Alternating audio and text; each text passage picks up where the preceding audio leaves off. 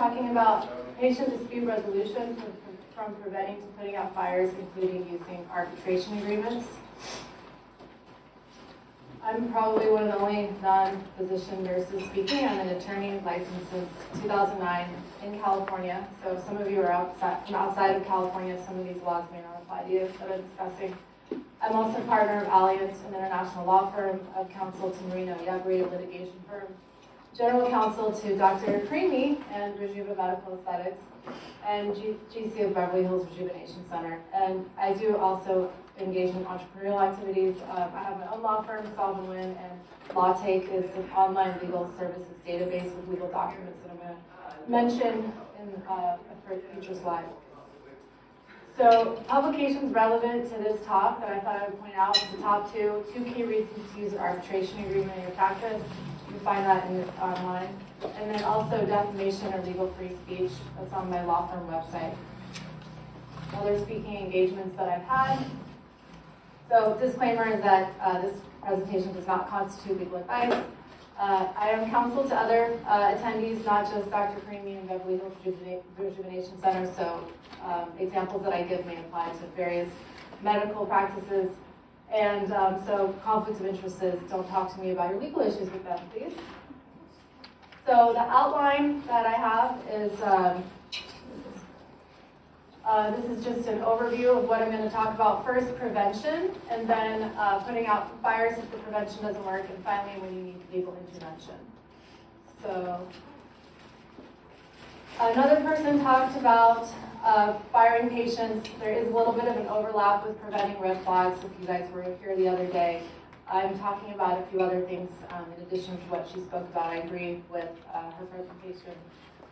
So I did mention, though, properly training the intake staff. That's where I see some issues where they don't know about the no-jerk policy. If you're having patients who are coming in or who want to come in and who are being difficult, you don't want them to make an appointment.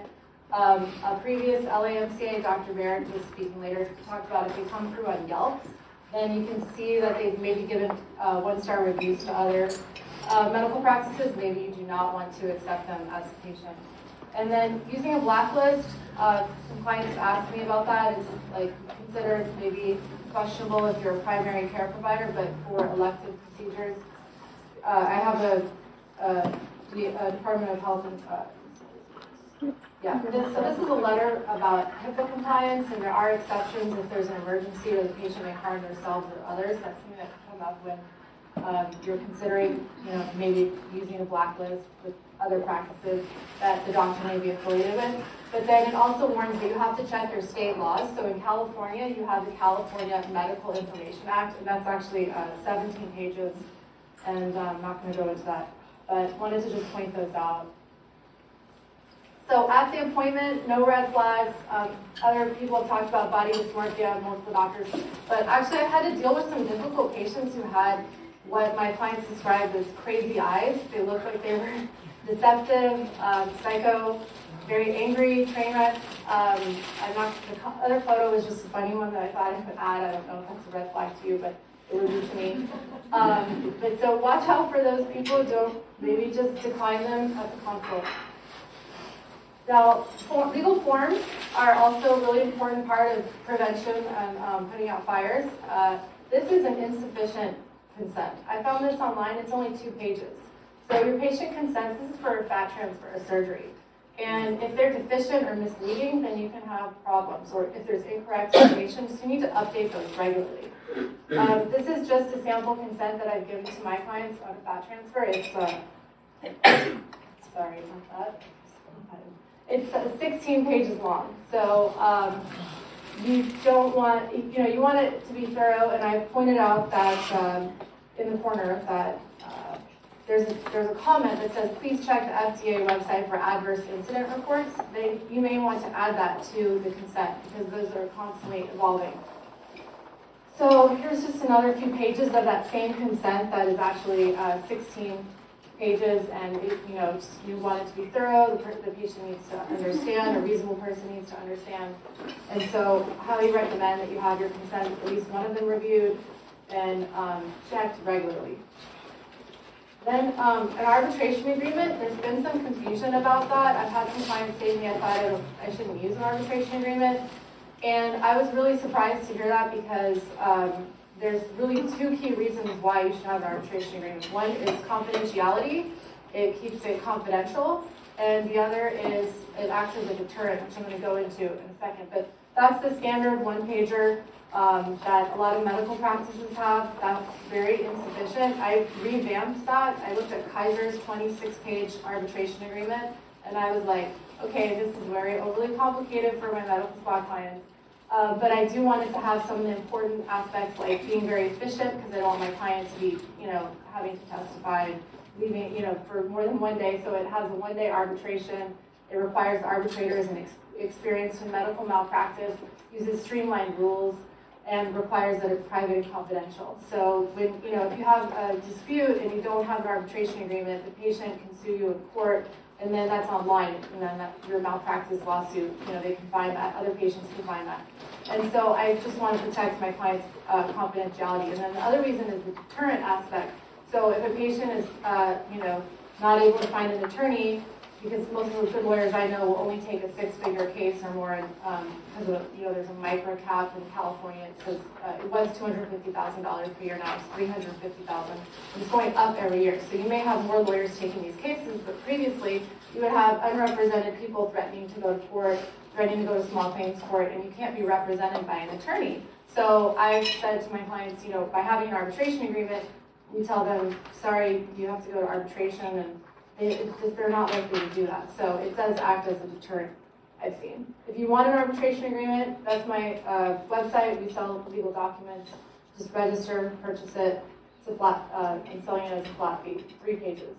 The other thing that I really have to mention is that, you can have all the consents and the arbitration agreements and try to prevent the red flags, but actually the good bedside manner is a deterrent to lawsuits. If you look at legal journals, it's been found in surveys and data that, being communicative, being caring, having emotional intelligence with the patient, which I'll go into some more tips, but that's really the number one thing to prevent a lawsuit. It shouldn't be overlooked. So let's say all this prevention didn't work, you have a fire in the office, the patient has gotten very aggressive over their dissatisfaction of the procedure. One of my favorite books is Stephen Covey's 7 Habits of Highly Effective People, and one of the habits is seek first to understand, then to be understood. However, I really think you need to self-soothe first. If you're getting agitated, or even if you go into the meeting or the consult with the patient and you're calm, if you see that they're bringing you down or they're causing you to become distraught over what the patient is saying, you need to self-soothe, and I do something which sometimes when I'm on the phone talking to these patients or at adverse parties or opposing counsel, I'm doing this thing called nod, smile, breathe.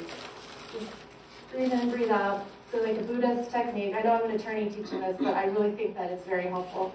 And because you need to stay calm. I've had clients where the patient was like, I want $20,000, and then my client caved. And then I'm like, you should have just paid a $5,000 nuisance fee. Why would you have paid?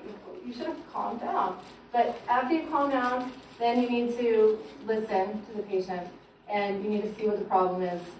See first to understand what the patient's problem is before you're trying to say, oh no, I didn't do anything wrong. You look great. No, first listen them out.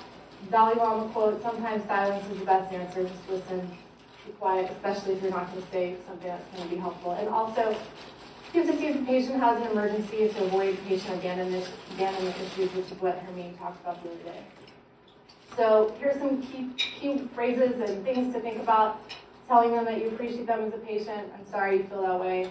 You're important. What can you give? Can you give them complimentary treatments, refunds, etc.?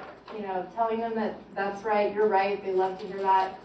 We're in this together, seeking a win-win. That's ways that I calm the patient down. If you have a patient intake coordinator who can talk like this to the patient and calm them down, then great. But I'm usually referred once that doesn't work. So if none of that worked, and now you're stuck with a 1-star review. This is actually the one thing that I disagree with Hermine's presentation about firing patients. I think you can get 1-star reviews removed, even if it's just negative, even if it's not defamatory. Just since Thanksgiving, I've had a couple of clients send me matters for different patients who gave 1-star reviews, and I got them all removed. And generally, it's because they liked the doctor, but they had problems with the admin, the staff. They had issues. That was half the reason. But the other two were, one was maybe a fake review on the wrong doctor's website, and then the other one was a patient who decided to come back 5 years later and complain. So I'm going to actually talk about that one in a second, but if you do get a negative review, then I have the blueprint. It's on my website, and so it's under press, defamation, or legal free speech. This actually started as an email to a client. Oh, you got this review. Here's what I recommend. Call them first. Be very calm. Try to get to the bottom of the facts. As attorneys, we're taught to be speaking of getting to the bottom of the facts first, doing our research. We're not jumping to conclusions and saying you need to cease and desist. And so, but if they won't take a call, then if it's a patient issue, I try to be very calm in my email to them. Try to finesse the situation with them. Try to help get to the bottom and hear them out if they'll take a call. Sometimes they don't. So here's one where the patient did not take a call. This was a response on Yelp. I blacked out the names, but actually she used a pseudonym. So it's not a real name. And so I had tried to set up a call to discuss why she left this 1-star review 5 years later, blaming the practice for her, not treating herself and taking care of herself and age, and it's really from sun damage a problem, or pre-existing condition could be the problem. And she wouldn't take my call, and then so I had to send her a very soft cease and desist, your review is false, and we're sorry you feel that way. We want the opportunity to speak with you. So she actually went and changed her review. She removed some of the false information. She updated it, but it was still exaggerated, not totally true. So I told the client, I don't think she's going to get back to me. You can respond publicly, or you can bury the review with a lot of positive reviews. And so we did this public response. It doesn't leak any protected health information. It is sensitive to her, but kind of stands firm that this is an experienced practitioner. And then it does kind of call her out. Is this Yelp platform? It's maybe misguided that you're posting here. And we encourage posts to include before and after photos. And ending it with what actually Hermine had said, which was, we care about the entire patient experience. Truly sorry for failing to reach your expectations, and trust that we can resolve this if given an opportunity. So she removed this review within 2 to 3 days. I got a screenshot before she removed it, and the client was very happy. So that's another option. So the last part of my presentation is about legal intervention. And so this is a cease and desist that I found online. Marty Singer is with Lavley & Singer. He's known as the bigwig entertainment lawyer representing the stars. You can get a hold of his cease and desist. They're very aggressive. I'm not saying you should post or you should send this to patients, because this is maybe for somebody else, maybe a competitive practice. But and this isn't for a medical issue. It's something online. You may have seen cease and desist online on Yelp. Sometimes patients will actually post them. So it just goes into, we demand that you remove this information, or cease and desist. It goes into, the law and the codes, and then, if you don't remove this within 5 days, then we'll have to take further action. That's just an example of one. This is a lot harsher than what I would send to a patient, but that's a sample. Restraining orders, I did want to mention that because violence in healthcare practices are actually on the rise. And so I actually have had 2 instances where my clients have had violence in their practice where it was either a violence or threat of violence. And so the option is a restraining order, obviously filing a police report. And this just goes to the link. It shows the link to fill out the forms. I do recommend being represented by an attorney. I think you're 70% more likely to get the restraining order granted. I don't do restraining orders. I would refer that to a litigation attorney. To tender or not, this is also an important issue that comes up because you pay your malpractice premiums, and anytime you have any kind of potential claim or claim demand from a patient, you have to tender to your insurance. It could raise your malpractice rates.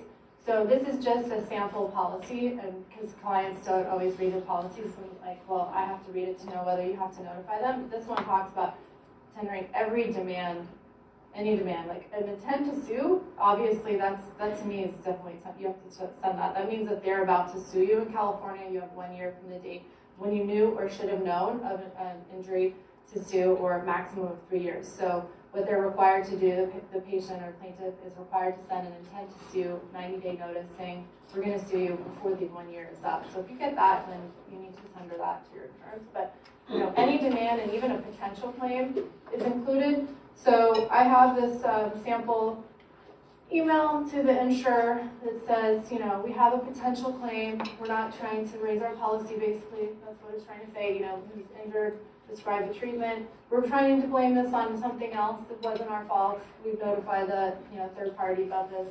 And we're trying to resolve this matter with the patient. We're working to provide corrective treatments.